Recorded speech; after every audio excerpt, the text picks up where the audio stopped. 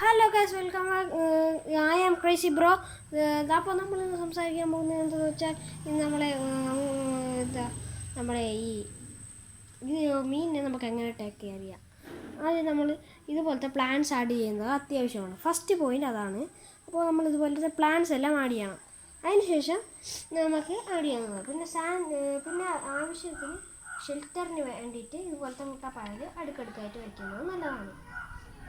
എൻ്റെ കയ്യിലിപ്പോൾ ഇവിടെ ഇങ്ങനെ ഇടാൻ ഓസില്ല, അല്ലാതെങ്കിൽ നമുക്കിങ്ങനെ ഓസ് കൂടെ കൊണ്ടിട്ട് അതിനെ മെയിൻറ്റെയിൻ ചെയ്യാമായിരുന്നു. പിന്നെ സെക്കൻഡ്, സഡൻ വാട്ടർ ചേഞ്ചസ് വേണ്ടാതിരിക്കാൻ വേണ്ടിയിട്ടാണ് ഇതിൻ്റെ വെള്ളം വരാതിരിക്കാൻ വേണ്ടിയിട്ടാണ് നമ്മൾ ഈ പ്ലാന്റ്സ് ആഡ് ചെയ്യുന്നത്.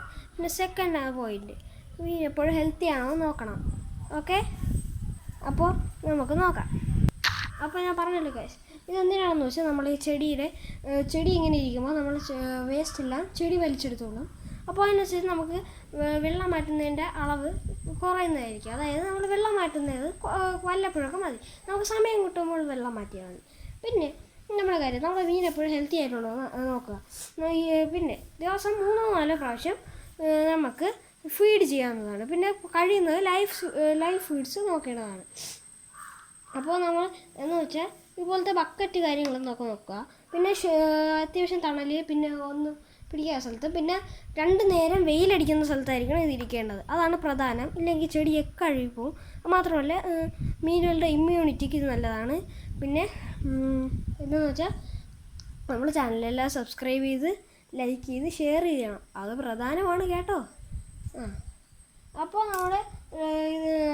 നമ്മുടെ മീനിൻ്റെ ഹെൽത്തിൻ്റെ കാര്യം. പിന്നെ നമുക്ക് കളർ കൂടാൻ വേണ്ടിയിട്ട് നമ്മൾ ലൈഫ് ഫീഡിൻ്റെ കൂടെ നമുക്ക് വേണമെങ്കിൽ എക്സ്ട്രാ ഫുഡ് ഇപ്പോൾ ഈ ടായിയോരെ ഫുഡ് എടുക്കണ്ട, നമുക്ക് ഈ ഞാനൊരിത് പറഞ്ഞുതരാം. ബയോഗോൾഡ്, അത് നല്ലതാണ്. ബയോഗോൾഡിൻ്റെ അതാണ് ഞാനിപ്പോൾ എൻ്റെ ഇതിന് കൊടുക്കുന്നത്. അതിന് അത്യാവശ്യം കളറും ഉണ്ട്. പിന്നെ ചെടി, അത് ഏത് ചെടിയാണെന്ന് നോക്കണ്ട, പൂക്കുന്ന ചെടി അതൊന്നും നമുക്ക് നോക്കേണ്ട കാര്യമില്ല. പിന്നെ കഴിയുന്നത് ആമ്പലിടുക ഗൈസ്, കാണാൻ ഒരു ഭംഗിക്ക്. അപ്പോൾ കാര്യം, പിന്നെ പെട്ടെന്ന് ബ്രീഡാവാൻ വേണ്ടിയിട്ട് വേറെ ഒരെണ്ണമുണ്ട്. ബ്രീഡാകാൻ വേണ്ടിയിട്ട് 2 ഫീമെയിൽസും 1 മെയിൽസും കൂടെ മാറ്റിയിടുന്നതിന് പകരം ഇതിനകത്ത് തന്നെ ഇട്ടേക്കുക. അത് നമ്മൾ 2 ഫീമെയിൽസും 1 മെയിലും നമ്മൾ എന്തായാലും കാണുമല്ലോ. കാണാത്തവർക്കാണെങ്കിൽ 1 ഫീമെയിലും 1 മെയിലും മതി, കുഴപ്പമില്ല. എന്തായാലും നമ്മൾ ടാങ്ക് മാറ്റേണ്ട കാര്യമില്ല. ഇങ്ങനെ തിന്നുമെന്നുള്ള പേടിയാണ് പലർക്കും ഉള്ളത്. പക്ഷേ ആ പേടി പാടില്ല.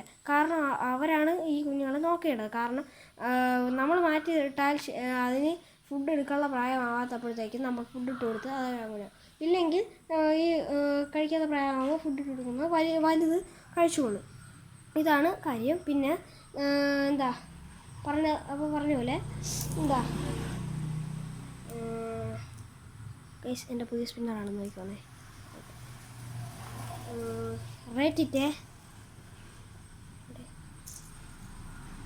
അപ്പോൾ ഗൈസ്, ഇത് റേറ്റിറ്റ് ഉണ്ടോ ഗൈസ്? അപ്പോൾ എൻ്റെ കളക്ഷൻ്റെ ഇത് പറയാം. ഞാൻ മിക്സ്ഡ് കീപ്പ് ചെയ്തിട്ടാണ് ഇട്ടേക്കണം. മിക്സ്ഡാണ് കുറച്ചുകൂടി നല്ലത്. അതായത് സെപ്പറേറ്റ് ടാങ്ക്സ് ഇടാൻ ഇല്ലാത്തവർക്ക് മിക്സ്ഡ് കീപ്പ്, അല്ലെങ്കിൽ മിക്സ്ഡ് കീപ്പ് കാണും. പിന്നെ മുട്ടപ്പാൽ കൾച്ചർ ചെയ്യാൻ വേണ്ടിയിട്ട് നിങ്ങൾ വെയിലടിക്കുന്ന സ്ഥലത്ത്, ഞാൻ പറഞ്ഞല്ലോ, വീടിൻ്റെ വെളിയിൽ മാക്സിമം ഇടാൻ നോക്കുക. പിന്നെ വെള്ളം മാക്സിമം കൂട്ടിയിടുക.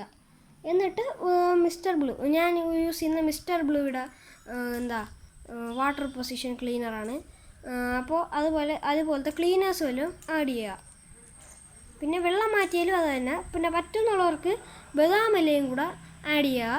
പിന്നെ ഞാൻ പറഞ്ഞല്ലോ, മീനിൻ്റെ ഹെൽത്തിൻ്റെ കാര്യങ്ങൾ, വയ്യാത്ത മീനുകളൊക്കെ മാറ്റിയിടാൻ വേണ്ടി സെപ്പറേറ്റ് ടാങ്ക് എടുക്കുക. ഞാൻ ഈ ടാങ്കാണ് യൂസ് ചെയ്യുന്നത്.